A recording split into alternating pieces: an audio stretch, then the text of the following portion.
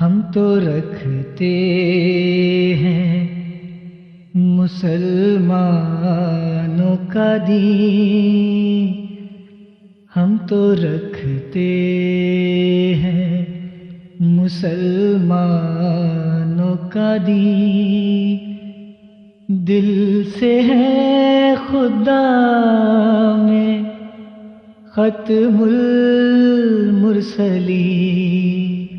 سب دیکھنے اور سننے والوں کی خدمت میں محبت بھرا سلام۔ جرمنی میں احمدیت کی ترقی اور پاکستانی مولویوں کے کرتوت، یہ آج کے پروگرام کا موضوع ہے۔ چھوٹے چھوٹے ویڈیو اور آڈیو کلپ سنائے جائیں گے۔ پاکستان کے فسادی اور شیطان صفت مولوی اندر سے بے خوبی جانتے ہیں کہ بانی سلسلہ عالیہ احمدیہ کا نبی اللہ مسیح موعود اور مہدی موعود علیہ السلام کا دعویٰ صداقت پر مبنی ہے، لیکن داعی شر جس کا نام ابلیس اور شیطان ہے، وہ بدی اور شرارتوں کے خیالات ان شیطان صفت فسادی مولویوں کے دلوں میں ڈالتا رہتا ہے، اور پھر یہ فساد برپا کرتے رہتے ہیں۔ آج کے پروگرام میں جرمنی میں احمدیت کی ترقی اور پاکستانی مولویوں کے کرتوتوں کی بازگشت سے متعلق چند چھوٹے چھوٹے آڈیو اور ویڈیو کلپ اب دیکھیں گے۔ پہلے کلپ میں آپ خود دیکھ لیں کہ جرمنی کے احمدی مسلمان کس حقیقی جذبے کے ساتھ شہروں کے مراکز میں بانی سلسلہ عالیہ احمدیہ کی بڑی بڑی تصاویر والے پوسٹر لے کر پبلک کو مطلع کر رہے ہیں۔ جس مسیحا کا ساری دنیا انتظار کر رہی ہے وہ مسیحا آ چکا ہے۔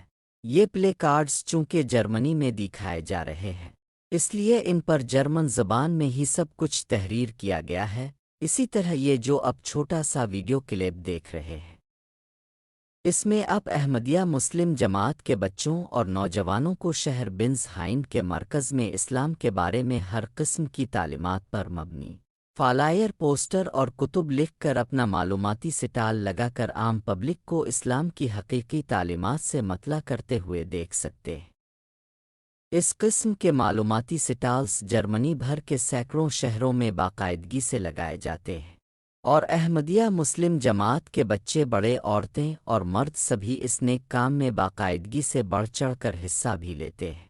وہ قصیدہ میں کروں وصف مسیحا میں رقم، اور احمدیہ مسلم جماعت کی اسلام کی تعلیمات پھیلانے والی یہی وہ سرگرمیاں ہیں جن کا ذکر یہ پاکستانی مولوی صاحب بھی کر رہے ہیں۔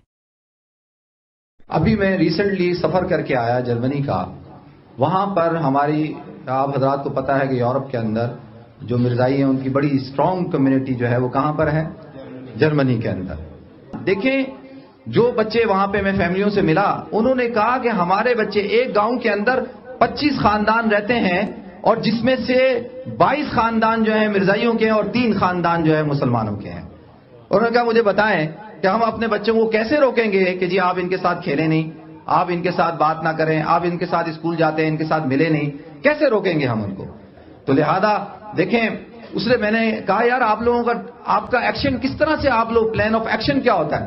وہ کہتا ہے ہمارا تو یہ حال ہے، کہتا ہے جی نیو ایئر نائٹ ہوتی ہے تو صبح کے وقت سارے جو ہے مرزائی جو ہے وہ روڈوں کو صاف کر رہے ہوتے ہیں، سارے مرزائی روڈوں کو صاف کر رہے ہیں، اور جو اولڈ پیپل ہوم کے اندر جا رہے ہیں اور بوڑھوں کے ساتھ مل رہے ہیں، ان کو پھول پیش کر رہے ہیں، سارے کونسلروں سے ملاقاتیں کر رہے ہیں، ڈنرز کر رہے ہیں اور آپس میں تعلقات بڑھا رہے ہیں، پوری جماعتیں بنائی ہوئی ہیں۔ یہ نوجوان جو ہے یہ پولیٹیکل لائن کے اندر کام کرے گا، اس کا کام ہے سیاستدانوں کے ساتھ گفتگو کرنا۔ یہ نوجوان ہے، اس کا کام ہے جو ہے صرف اور صرف بزنس مین کے ساتھ گفتگو کرنا۔ یہ جماعت ہے، یہ گروپ ہے، اس کا کام ہے کہ عوام کے اندر کام کرنا، اس کا کام ہے میڈیا کو ڈیل کرنا۔ یہ پوری اسٹریٹجی ہے۔ ہمارے پاس اسٹریٹجی کیا ہے؟ آپ مجھے بتائیں، کیا اسٹریٹجی، ہم نے کیا کام کیا اسٹریٹجی کے اندر؟ ہم آئے یہاں پر بیٹھے اور بیٹھنے کے بعد ہم نے تقریریں سنی اور ماشاءاللہ نعرہ تکبیر کا نعرہ لگایا، اور جو ہے نعرہ لگانے کے بعد چھٹی۔ پھر میں بھی آپ اپنے احمدیت کہو زندہ باد، آج تم کل زمانہ کہے گا۔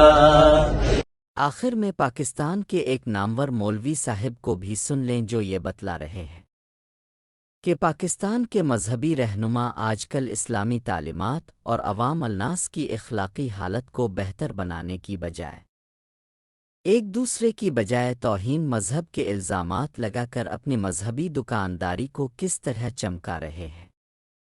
جس ملک میں مذہبی رہنماؤں نے اپنے ذاتی مفاد کے لیے مذہب کو کاروبار بنا رکھا ہو، وہاں پھر اسلام کو سب سے بڑا خطرہ ان نام نہاد مذہبی رہنماؤں سے ہی ہوگا۔ نام توہین رسالت کا فتویٰ ہو گیا ہے، بہت ہلکا ہو گیا ہے توہین رسالت اور توہین اہل بیت کا فتویٰ۔ بعض چیزیں ایسی ہیں سناتے ہوئے خوف آتا ہے، پورا میں نام لے کے بتاؤں نا تو وہ پھر وکیل لوگ مجھے پکڑ لیں گے اور مسئلہ خراب ہو جائے گا۔ توہین رسالت کے کیس میں بہت سارے بے گناہ لوگ اندر ہوئے ہوئے ہیں، اگر آپ ان کی حالات جا کے دیکھو، کچھ تو جیل میں پاگل ہو گئے ہیں۔ انہوں نے حالانکہ وہ عاشق رسول تھے،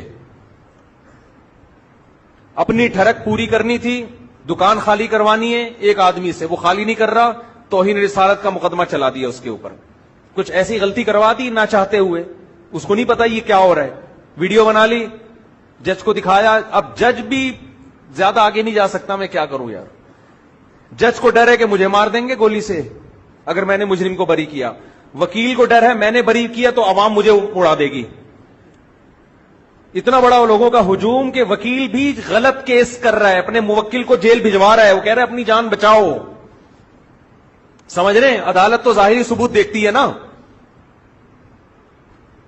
تو یہ ملک میں ہو رہا ہے ہول سیل کے حساب سے، سمجھ رہے ہیں کہ نہیں سمجھ رہے، اور یہ مذہبی لوگ کر رہے ہیں۔ ہم نے بڑے بڑے علماء سے سنا ہے کہ پاکستان کو اور اسلام کو کسی غیر سے خطرہ نہیں ہے، پاکستان کو خطرہ ہے پاکستانیوں سے اور اسلام کو خطرہ ہے مسلمانوں سے اور مذہبی لوگوں سے۔ لبرل لوگوں سے بھی ہمیں اتنا خطرہ نہیں ہے جتنا مذہبی لوگوں سے خطرہ ہے جو مذہب کی غلط تشریح کرتے ہیں۔ تو رکھتے ہیں مسلمانوں کا دل، ہم تو رکھتے ہیں مسلمانوں کا دل۔